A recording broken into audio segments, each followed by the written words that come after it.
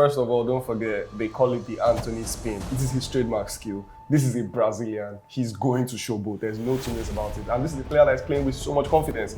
If he doesn't do things like this in big games, then where do you expect him to get the confidence from? He's scoring goals, he's giving assists. That wasn't a big game. What? That wasn't a big game. Yeah, they can, but They can. They will always do it. but if you're going to beat Man City, now is probably the time. For all the lesser teams and all that, obviously, like big boys like us, Liverpool, we can score up with them even if Haaland is there, De Bruyne is there. I still get in that work. But for all the other smaller boys, like Haaland would have chowed them, and now you might not. Smaller boys? What do you mean smaller boys? You know them. Call now. me. You know them. You just ate that bait. Like, I'm not. You guys access security about your club.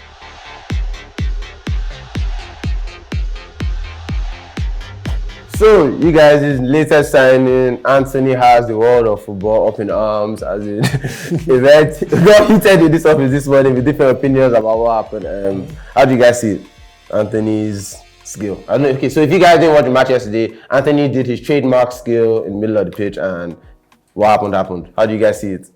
First of all, don't forget, they call it the Antony spin. It is his trademark skill. This is a Brazilian. He's going to show both. There's no two ways about it. And this is the player that's playing with so much confidence. If he doesn't do things like this in big games, then where do you expect him to get the confidence from? He's scoring goals, he's giving assists. That wasn't a big game. Passes. What? That wasn't a big game. I'm just saying, like, if it doesn't happen in big, this was a game that we were supposed to win. It was actually, there was a lot at stake for Manchester United because do not forget, Man U wants to finish that group, you know, we don't finish from that group, at the top of the group. So it was a game with a lot at stake still. So yeah. So you guys think it was all good? All good? Yeah, it's always good when it comes up very nice. But last night it wasn't just nice because he gave away the ball. I guess ultimately all's well that ends well. You won the match. It didn't cost you. It's not like you just lost the ball. It's not like they tackled him and they went to score the other way or anything calamitous happened. So yeah, as long as it doesn't lead to travesty, it's okay. So but the main point of conversation is the fact that a lot of people are making it bigger than it seems. We had somebody come out today and say that it looked stupid. Somebody come out today and say that they hate Antony. So I think ultimately, that's where the conversation should start and end. Is that it looks stupid because it didn't come. But if it came up like, if it's all about fine margins, a little less, and Marcus Rashford is in there, and maybe he scores, so it does look stupid. It's high risk for high reward. Like you take that risk, it might look stupid, but if it clicks, it clicks. But we'll keep an eye on that if it keeps to work for him. We're still on European football. It was a pivotal week in the Champions League and the Europa League because around game week 5 is when you start knowing who's progressing to the next round and who's dropping into the Europa League. So a few teams are qualified for the Champions League now. Napoli, Liverpool, Club Brugge, Porto, Bayern, Inter, Madrid, City, Dortmund, PSG and Benfica are through. But I think what the real story is here, the teams that are dropping into the Europa League and what that tournament could become for you guys. So Manchester United have qualified from their group after yesterday's result. But after what happened in the Champions League, you could potentially play Atletico Madrid, Juventus or Barcelona. How do you feel about that? That's if they finish second.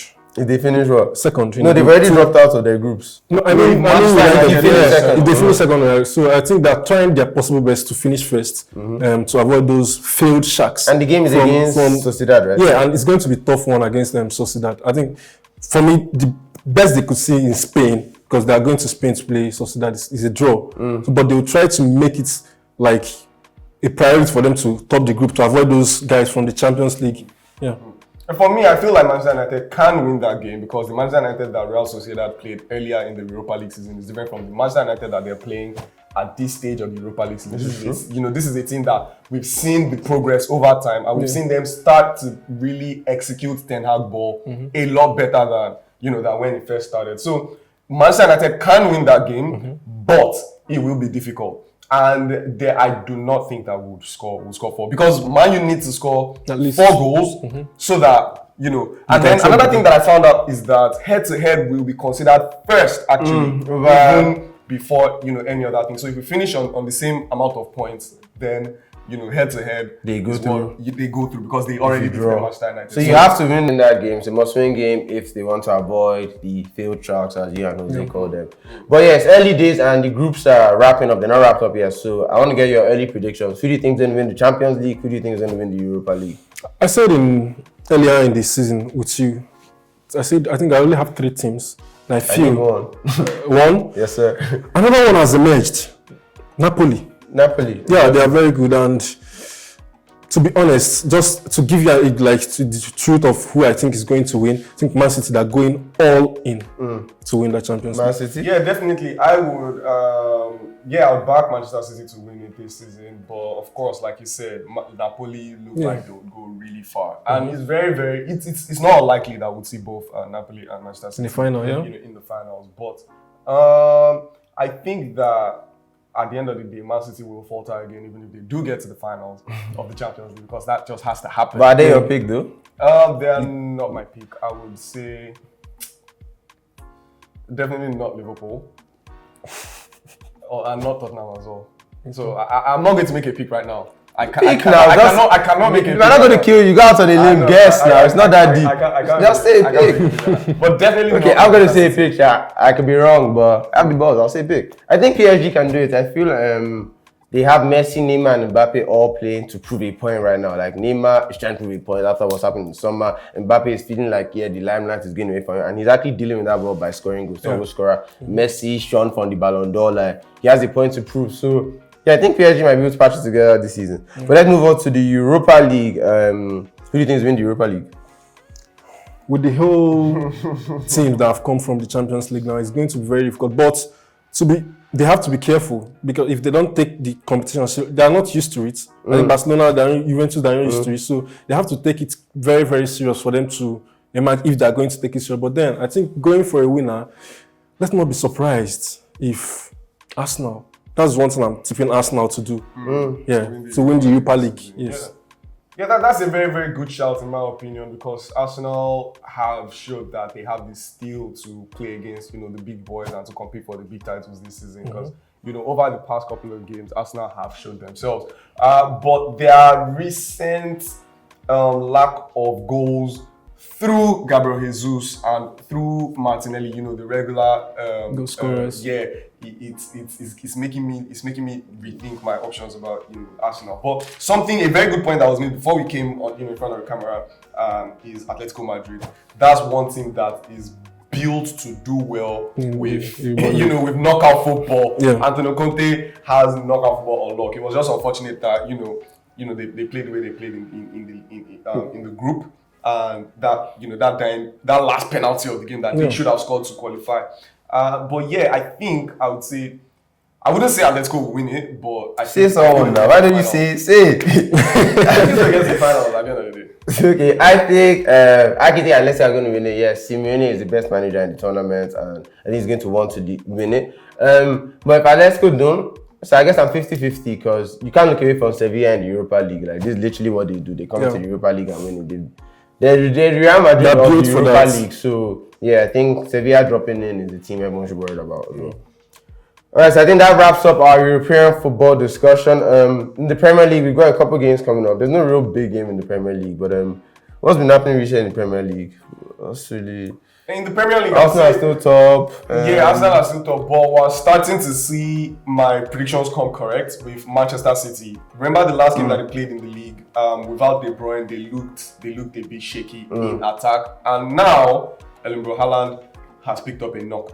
Is he still another knock? Yes, so he might not play this weekend. Might not play this weekend against Leicester City, and Leicester City have not conceded in their last two games. In their last game, they won by like 4-0, and so yes, we're starting to see those iffy moments from Manchester City again.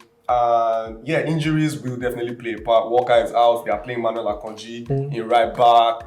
Gundogan, and without De Bruyne, it just looks like a completely different team. And now with Haaland injured, it's scary for Man City. Yeah, Haaland injury is very bad news. They're very reliant on Haaland players. Probably scored like 80% of their goals. Yeah, I think they can still do without Haaland. Yeah, they can, but if you're going to beat Man City, now is probably the time for all the lesser teams and all that. Obviously, like big boys like us, Liverpool, we can score up to them even if Haaland is there, De Bruyne is there, and still get in that work. But for all the other smaller boys, like Haaland would have chowed them, and now it might not. Smaller boys? What do you mean smaller boys? You know them now. You know them now. You just ate that bait. Like, I'm not.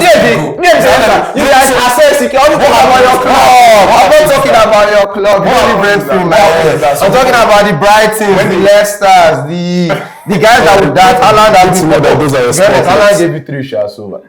Wait, so you still get to the Etihad. You still get to the Etihad. I'll go there. What happened to the Etihad? I played them twice. I've seen Haaland twice this season. You're going to get lynched. I've seen him twice this season, bro. So yeah, going into this weekend's fixtures, we got Leicester versus Man City. Probably that's one of the better games this season. But I think another interesting game is United versus West Ham. How do you guys think you're going to fare in that game? Does Ronaldo start in that game? What's going on? Yeah, Ronaldo should start for me. He's the only option we've got up there in terms of goal scoring. Yeah, I know what I'm saying. In terms of goal scoring now, I think maybe he should have scored like 2 or 3 last night, but then eventually he got his goal. But I think he should start. And I think Man United are going to win. West Ham, they're not in a very good run of form in the Premier League. So I think, and always Old Trafford, United are going to beat West Ham. So tell me, what do you think about this game? So in my opinion, I feel like Manchester United will have enough to get one over on West Ham United. David Moyes has put a lot into the Europa Conference League that West Ham are currently in. They played last night as well. So I feel like that will take some shine off their Europa League form off their Premier League form as it already is happening. And Manchester United in Old Trafford in the past couple of games have been a different beast entirely. Yep. The fans are backing the players, because of what they are seeing the players doing. And so there's sort of like a good feeling amongst the fans. So in Old Trafford, I feel like Man U will edge that one out. But I'm very sure that Ronaldo is not going to start that game. That actually brings us to our hit or miss section. What I want to ask you guys, it's good that we have 2 Manchester United fans.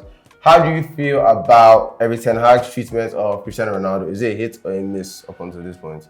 That's how you. It is what it is. I mean, Ronaldo he's not getting any younger. I think he just had to. I spoke with you earlier before we came on set. He just has to accept that fact that if he wants to play more games now, he has to go to maybe a smaller club than United to get more games. Erik ten Hag is in a rebuilding process, and from the summer, how he's treated himself, Ronaldo. Like he didn't play most of the preseason games. He just came by. He showed up late. He didn't play any of the preseason. He played just the last preseason game. Yeah. So I think all those things are factors that will be considered. He's not looking very sharp, even though he's getting a few goals. So I just accept that he has to sort himself out before the World Cup and know if he's leaving United in January or staying. And if he wants to stay, he should accept that he's going to play lesser games. For me, I feel like it's a major hit because this is a situation where you're a new manager at a very, very big club with all of that scrutiny. You need to put your foot down. You need to show, authority. And from the very beginning, I appreciate the fact that he has been consistent in his messaging to the press. Exactly. He needs to punish every wrong act to show that these acts or these behaviors will not be accepted moving forward. And this is a Ronaldo who is a world beater, you understand me? So it does go to show to all the other players that I will not accept rubbish, So it even goes beyond. So that's why I think it's a major win for Ten Hag. It goes beyond the handling of Ronaldo himself. It goes to show all the other players and any other superstars that might want to come to Manchester United moving forward that, this guy is not going to just take rubbish from you. But for Ronaldo himself, I feel like he just needs to understand that times have changed and he needs to accept some sort of big part role. He can play full matches in like Europa League group games, even though we just come through from that. But in the Premier League, for example, watch like the Manchester United versus Everton game. We were struggling with a 1-1. It was like 1-1, and then he came on and then he scored, the winning goal. We ended up winning that 1, 2-0. So imagine that kind of, responsibility for Ronaldo. He plays the last 30 minutes of the game. He comes on, he scores the winning goal because of course Man U are still struggling to score goals. So he scores the winning goal and then he comes and does that seal celebration or removes his jersey like he always does when he scores those kind of clutch goals. So yeah, I feel like that's where it is for me. But regarding Ten Hag's handling of Ronaldo so far, it's a big hit. I think it's been good for Ten Hag so far, but I feel Ronaldo, he can't work at Manchester United. Like the reason Ronaldo is Cristiano Ronaldo, the reason he has reached the heights he has reached, the reason the world loves him is because he does not accept mediocrity like anywhere in life. So the idea of there's no way, knowing Ronaldo and everything we've known about him over the years, there's no way Ronaldo is going to be happy sitting on the bench and coming on to maybe save some matches. Like that's just not Ronaldo. Ronaldo is the type of player that in his heart of hearts, he probably still believes that If you put me in Man City, I can do what Haaland is doing. You guys are just not creating these chances for me. And it's like the type of mentality these people at this level have, these goals. Like, look at Tom Brady. This guy's like 40. He has come back again. Like, Michael Jordan had to go and play at the Wizards before accepting that you're passing now. But that's what makes them so great. I feel he's going to have to leave Manchester United. I don't see a world where Ronaldo becomes the happy old man that's just putting that. Like, that's not that. You rather go. I think Ronaldo should just go to Sporting Lisbon and he'll be a king in sport and then retire scoring goals. This bit part role is just going to be, it's going to cloud the dressing room up until he leaves. I feel like that's what's going to happen. So yeah, he has to leave for me. So looking forward to the weekend. That's what's actually going to happen the weekend. On to our fancy Premier League. Yeah, fancy weekend coming up. Haaland might be out injured, so you know that means decisions for everybody. Who is going to be your captain? Where you're going to spend the money? Have you guys given that thought? Do you have Haaland already? And if you do, No, I don't have Haaland. I had Haaland. I was about. I didn't even know 80% of managers have Haaland. The people that don't have Haaland, the people that maybe started the season didn't pick him and have realized they're not playing again, so they just never got him. But if you're still playing the game, it's insane not to have bought Haaland. So Captain Kane, Vice. I feel like with Kane, as your captain, your points are limited because the way Tottenham play, he's probably going to score. Best case scenario, he scores 2 goals. Tottenham are fluid enough, but Haaland, that guy can give you 4 goals. And worst case scenario, he'll score 1 goal. But Kane can keep blank. Right. So the thing for me, I still have Haaland, and the only reason why I haven't sold out Haaland is the fact that he costs I think 12 million at the moment in my squad. But if you want to buy him now, he costs not less than 12.3 or 12.2. So where do I see the extras? Although I have extra points. If you sell him, you make the money somewhere. I have extra 0.2 sitting somewhere, but you know, so that's the thing with FPL. If you sell him, you only get 12M. Are you sure? Yeah, you only get 12M. But if you now want to buy him, you have to buy him for 12.2. So that's the little issue. But I have an extra cool 1.6 sitting in the bank. So I'm not really worried about that. But I don't feel like there's any other striker in the league over this set of fixtures. I've said it and I'll say it again. Obviously, last week he got injured, he didn't bank. He's fit again. Darwin Núñez. You saw him in the Champions League. Forget Núñez. If he plays, he's scoring. And you know the thing? That's actually just been the case. He has 4 starts for us and he has 6 goals. He misses a lot. lot. That guy, that's the fact. He misses a lot. And you know what that reminds me of? Cavani. That's what everyone said about Cavani at his best. But I think it's players like this, over 90, they're not going to get so many chances. When you're that fast, you jump that high, you're that aggressive, and like, when these guys score, look how he reacts, and you just want to score with that desire. He has that Falcao, Cavani, that South American hunger for goals. You score goals. So that's probably my decision. He's fit and ready to go there. If I'm removing Haaland against Leeds, who I said that definitely, like, they play wide open, they run out, so Liverpool are going to get chances in behind them. I think for me, it's a straight swap. Yeah, I already have Kane, so it's straight swap. I'm for me, back to my FPL team, I'm still not going to sell Haaland for any reason. I feel like you're still injured. Yeah, so I will wait to find out if he's really injured. Exactly. So we're seeing a 75% chance of him playing.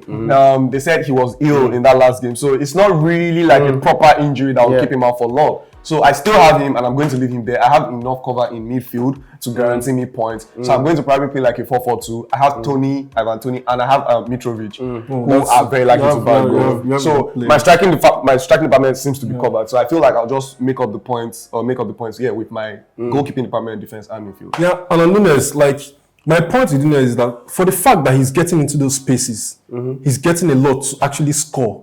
It's scary. Because if he starts scoring those chances, he's literally scoring. He's outscored them. He misses more than he's signing at the moment. And the signing of the season, Gabriel Jesus has outscored him. If he can start banking on those chances, trust me, Núñez, his career has been broken up. Obviously, the guy was going to get a red card, missed 3 games, then came back, finally scored, got injured again. If he gets a run of games, I think he's proven that with the minutes, like for minutes to go, like he's very happy in the league. If he plays, the guy is just a weapon. Like, even me, as I hate on him, I cruise him in the Liverpool group chat. But I can't look away from him that if you throw this ball in around the box, you will get at the end of it. So my only issue with Núñez is I just can't take him seriously. The way he plays, like calamity football and whatnot. He's difficult to bank on. Do you understand? He's difficult to just have that confidence. I feel like I recognize that because that was exactly what everybody said about Suarez. Because you know Suarez, it looks awkward. Like, Suarez will not make you, but will kick it off one leg, come on the other leg to bounce like this. Everyone said that about Salah, that is just rugged and all that. But you get that with a young player. And the thing is, so what he doesn't have, or that like neat intricate stuff, you can teach that. But what he has, you can't teach it. You can't teach somebody to be that fast and that strong and jump that high and have that desire for goals. So I think in a raw player that's like what, 22 years old. Yeah, he's still a real player. I mean, So there's a player in there. I have to be humble. So yeah, so everyone that Cruz Nunes to in the group chats, I'm Team Nunes now. Let's go. So having said that, what are your predictions for Liverpool versus Leeds? It's always an entertaining game. Liverpool versus Leeds, yeah, entertaining game. I think they'll let us play on the other end, and it's really hard to predict Liverpool matches because I don't know what I'm going to see on the pitch. Like I can think I'm going to win like Nottingham Forest. Everyone thinks you're going to beat Nottingham Forest, but when you go out there and you're playing three children, Curtis Jones playing for the first time around, Harvey Elliott and Carvalho are all playing, then any Premier League can give you a problem. So if we roll out that team again, Leeds can deck you because this is the Premier League. So unless we're playing our grown men, I can't call it. But if I have to call it because I'm ballsy, I'll say Liverpool are going to win now. Why not? Predictions for Liverpool Leeds. Liverpool Leeds, I would say it would end up. And it's at Anfield, so they're probably not. Yeah, that's what I was going to say. I mean, it's at Anfield. Liverpool with all their problems. Every time Van Dijk plays at Anfield, he doesn't lose. With all their issues, they don't lose. So it's not likely that Leeds will now come to this Liverpool team and then beat them or blow them away. But a win or a draw for Liverpool. Another game that we haven't touched on, but Chelsea versus Brighton, the Graham Potter derby. Quick predictions. What do you think, Chelsea? Brighton still seem pretty okay. Yeah, they still seem exciting. Like they lost their manager and looks alright. Yeah, and this Chelsea side has somehow struggled to string those passes together in front. They didn't look great in Europe. They won, but to really tear teams apart. So I feel like it will be cagey against Brighton that definitely know how Graham Potter like to play. So and they still actually maintained Graham Potter's philosophy of possession football and whatnot. So De Zerbi has not been too much of a difference from Graham Potter. So yeah, it will be a cagey game, and with Brighton playing at home, a very expansive football field, I feel like they might get something against Chelsea. Yeah, I agree with you. I mean, the points are there for grabbing, and if Chelsea they don't just find a way to get above Brighton, trust me, that day will not be bright. So that brings us to the end of an episode. As usual, like, subscribe, share with your friends, but also let us know your thoughts on everything we discussed. Who do you think is winning the Champions League? Who's winning the Europa League? Your predictions for the weekend. Conference League too. I mean, there's another league going on somewhere. I only even mentioned Europa League because these guys are playing that competition. I only talk to you guys about champs. But yeah, Europa League, who's winning that one? And then let us know about your league predictions and let us know what's going on with your FPL. And of course, we have a new FPL league, the Sangaloo FPL. Yeah, we have a Sangaloo FPL league, so we'll be letting you guys know how that goes. All of us on the set are going to join us. Should we open it up to the public, or what's the plan on that? I guess maybe we'll open up to the public. We'll discuss that. But yeah, we'll be letting you guys know how that goes as it progresses. Peace.